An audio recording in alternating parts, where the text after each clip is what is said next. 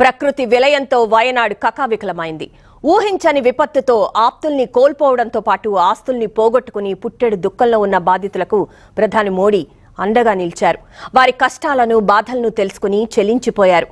మోదీ పర్యటన దృశ్యాలు సోషల్ మీడియాలో వైరల్ అవుతున్నాయి.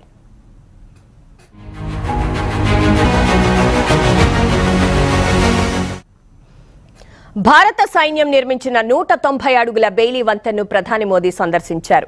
వంతెనపై నడుచుకుంటూ వెళ్లి రక్షణ అధికారులతో సంభాషించారు.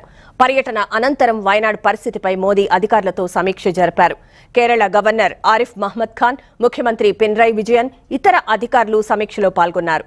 కేరళ ప్రభుత్వం విపత్తు ప్రభావిత ప్రాంతంలో పునరావాసం, సహాయక చర్యల కోసం 2,000 కోట్ల ఆర్థిక సాయం అందించాలని రాష్ట్ర ప్రభుత్వం కోరింది.